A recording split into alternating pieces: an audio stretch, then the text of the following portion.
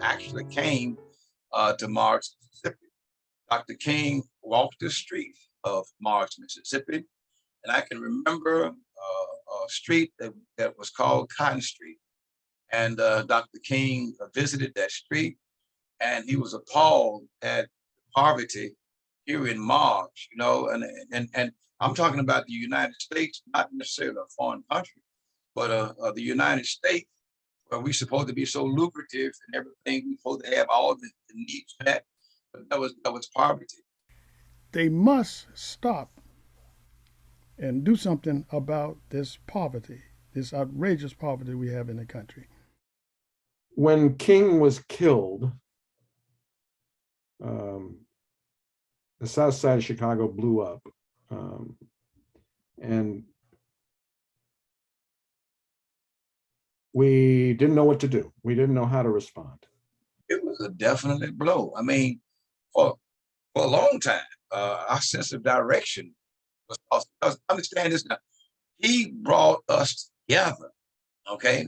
We were ready to charge, as you might say. And then to lose him, quite naturally, everybody took a back seat for a moment. The response that was best organized and most visible, to my eyes anyway, was the Poor People's Campaign, was the way in which Coretta and Ralph Abernathy in particular picked up that agenda for which King had been organizing for a couple of years already. Martin Luther King's Poor People Campaign, he would say this, that we're going to Washington and we're going to stay until they hear us. But King said for the Poor People's Campaign, the coalition had to be a coalition of grassroots people, of people who actually have leadership positions in their communities. They couldn't just be faith leaders. They couldn't just be labor leaders, although labor was critical because of the emphasis on jobs. But they had to be people who were fighting for the economic advancement of their communities and for the elimination of poverty. None of us have had the opportunity to get together like that. So we had leaders from Appalachia. We had inner city gang leaders. We had labor leaders of all kinds of backgrounds. We had the National Welfare Rights Organization was involved. And he had said, we're going to Washington and we're going to make our demands forcibly. We will close down D.C. if necessary. We will stop commerce. We will stop planes. We will stop trains. We will be heard.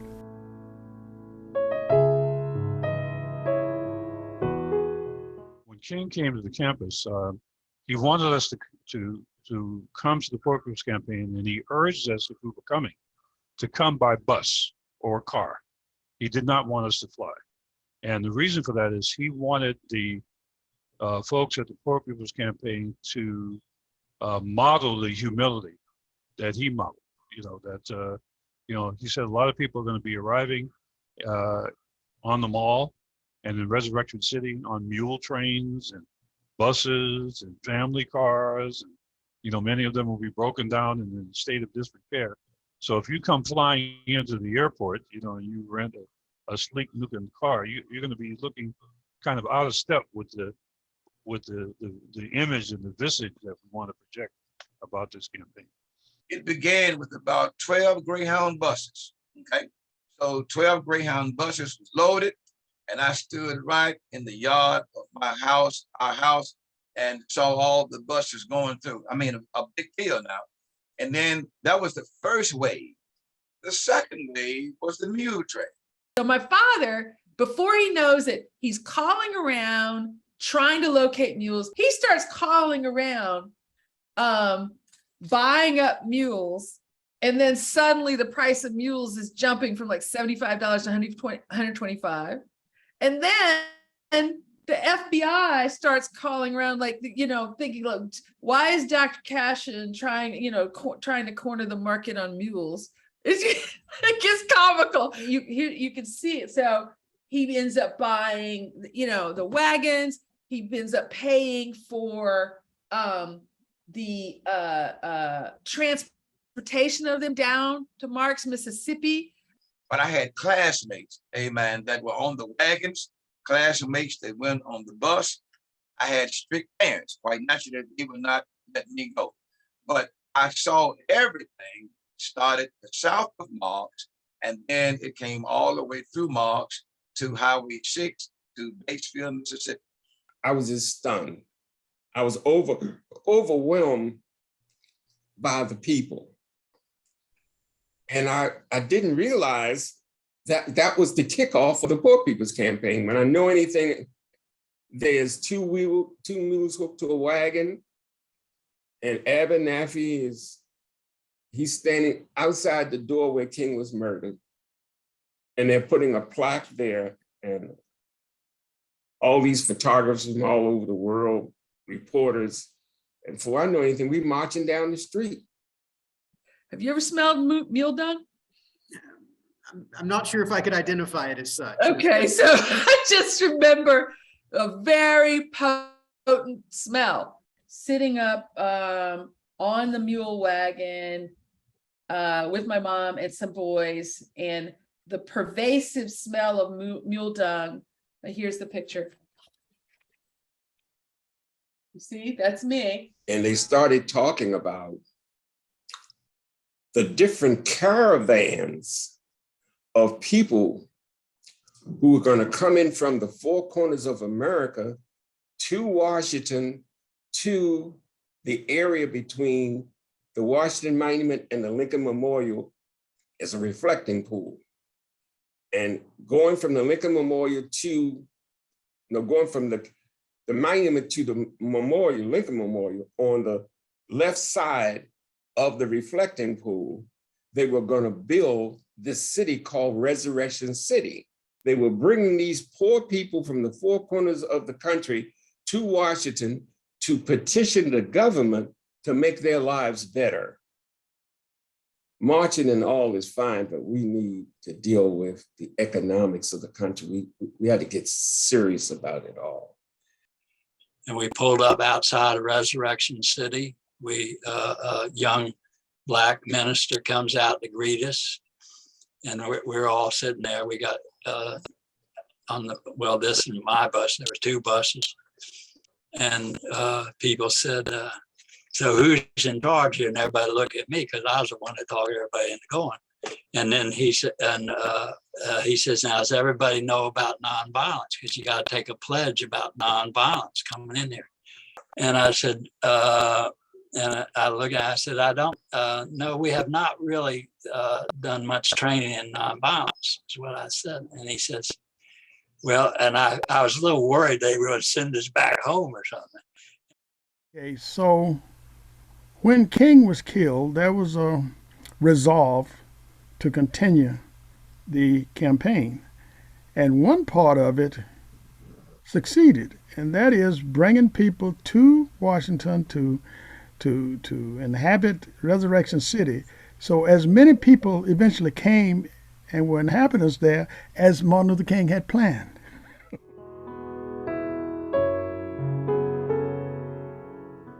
The Department of the Interior allowing us to lease the mall, literally lease the mall, and allowing us to build these tents that became Resurrection City.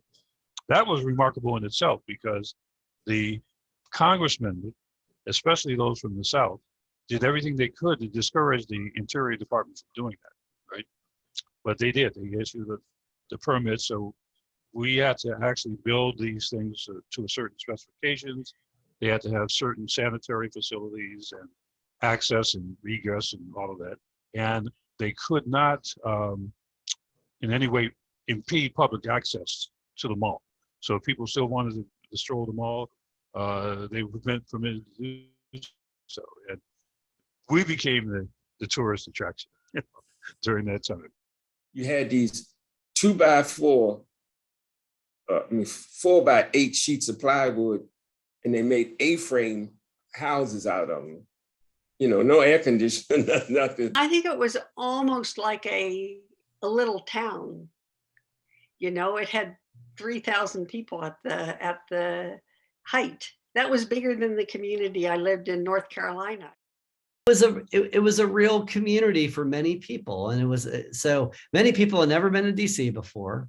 It was a chance to be in the nation's capital for a while, be under the shadow of the Lincoln Memorial and the Washington Monument. Regular people who get to actually speak in front of, to members of Congress or to the Secretary of Health, Education, and Welfare, or the people that go to Washington are young, very disproportionately young. There are older folks there as well, but there's a lot of folks in their 20s, that go there and live there, either in the Resurrection City or in the Hawthorne School, the alternative school, or one of the churches in town. Stayed at a progressive school downstairs. When it was in school, we had the cafeteria, and there were showers down there. And during the day and night when the students were there, we were allowed to come upstairs to their gym, and some people had little rooms where that's where we slept, basically. And we had our meals prepared there. And then we would go out during the day for protests.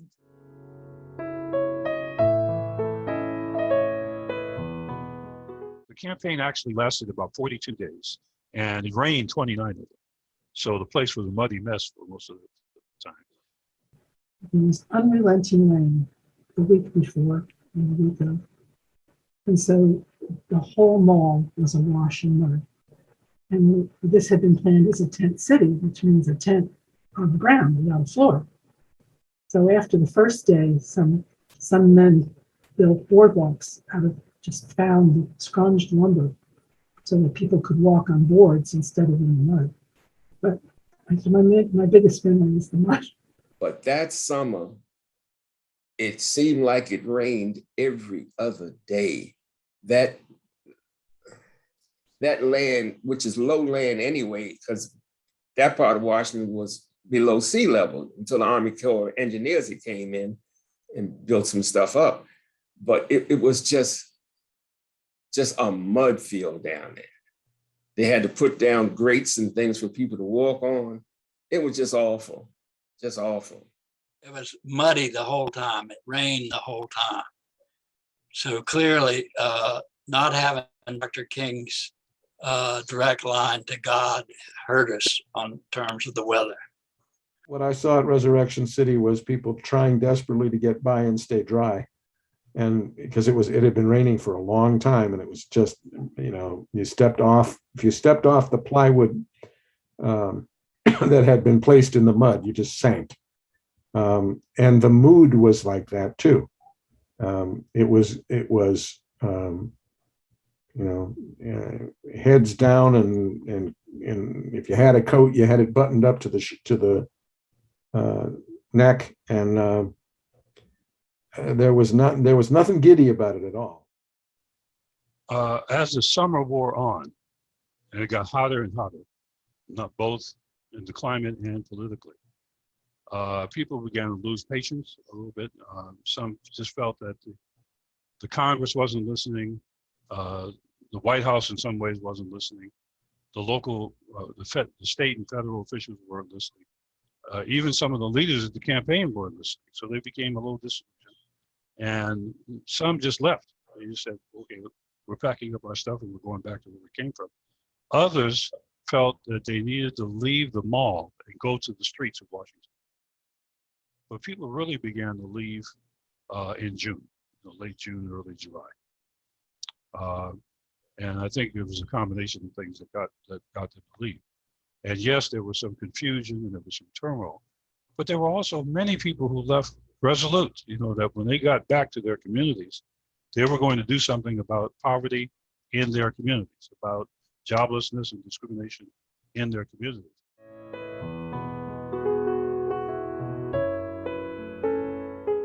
I disagree with historians who say that the Poor People's Campaign did not make a difference. I think it did make a difference because it exposed a lot of people to each other who otherwise would have never or rarely had any contact, especially in pushing forward a movement like this. So it was a real diverse group that came into the tent wanting to know more about welfare rights. And that was an eye opener for me, because I had a limited view that poor people were Black and that the demonstrators were going to be Black. And it wasn't true. It was much more diverse than that. And it made me see that desperate poverty and being excluded from the political process was not just a racial thing, it was a class. What these people all had in common was that they were poor. And while it was, majority Black, there were, significant numbers of poor whites, Native Americans, and Latinos that whose experiences were different than many of the Black activists that were there. And I like the fact that it was not just one movement. It was bringing together the peace movement, the civil rights movement, not yet the women's movement, but I liked that combination, that it was basically about poverty and not dividing up the different groups. I was impressed by it generally. The fact that it rained so much, it was like mud and messy, and there was resentment that the leaders were staying in a motel and would come with their shoes shined. And so that became, Abernathy's shined shoes became kind of a symbol of the division between people. And it wasn't particularly well organized. I think that the trouble with not having the strong leadership, and people were, of course, leaders were depressed at Martin Luther King's assassination, and then Robert Kennedy was assassinated, and it was just like very hard for them. There were a lot of different sort of dynamics, and it's like an explosion. You can't really control everything that happens with an explosion. The shrapnel will go in places you didn't intend. Parts of structures and parts of reality will be damaged that you didn't intend, etc. And the same thing with the Poor People's Campaign. So things happen that were not aimed for, but actually happened. And then some things that we aimed for didn't happen.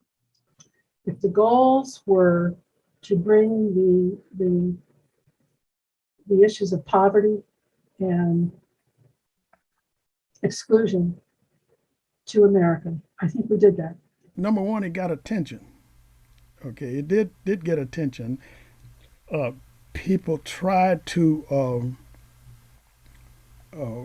ignore it, but it got attention. So number one, in terms of activism, I don't consider it a failure, because people came anyway. Said we're going to come because King asked us to come. He's no longer here, but we're coming and we're going to, and then we're going to demonstrate. It was going to be poor people themselves that were going to have to stand up and be at least key to articulating a vision and creating the kind of sustainable organizations that could carry this agenda forward. I think that the Poor People's Campaign was very important. And we may not have gotten what we wanted, but we didn't leave empty-handed either. I think it was a beautiful vision that Dr. King had. I'm glad it happened. I'm glad I was a part of it. I'll never forget, it was life-changing for me. I stayed active in one form or another of civil rights ever since that experience. Classmates that I had that were able to go to Washington with the mule train, when they came back, they were different individuals. To me, it was the most important thing I did in my life, to learn about other people and the poverty. But on the whole, I think that it was under-recognized as an important, significant event. There were still thousands of people who came either just for a day, a week, or whatever, or came on June 19th for the big demonstration. those people would all have a memory that they contributed something by their presence, that they could go back to their communities, pass on that message that it's not all lost.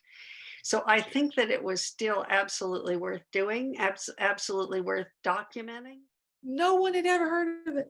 I mean, these were fairly sophisticated Washingtonians, you know, people coming through my house, you know, people with multiple degrees. No one had heard of it. And I would have said, you ever heard of the Poor People's Campaign? You know, no. And so it was a failure in the sense of it, you know, it didn't enter anybody's conscience, but King was dead. There wasn't like this glorious speaker like King to speak on the mall. And it was just forgotten in history.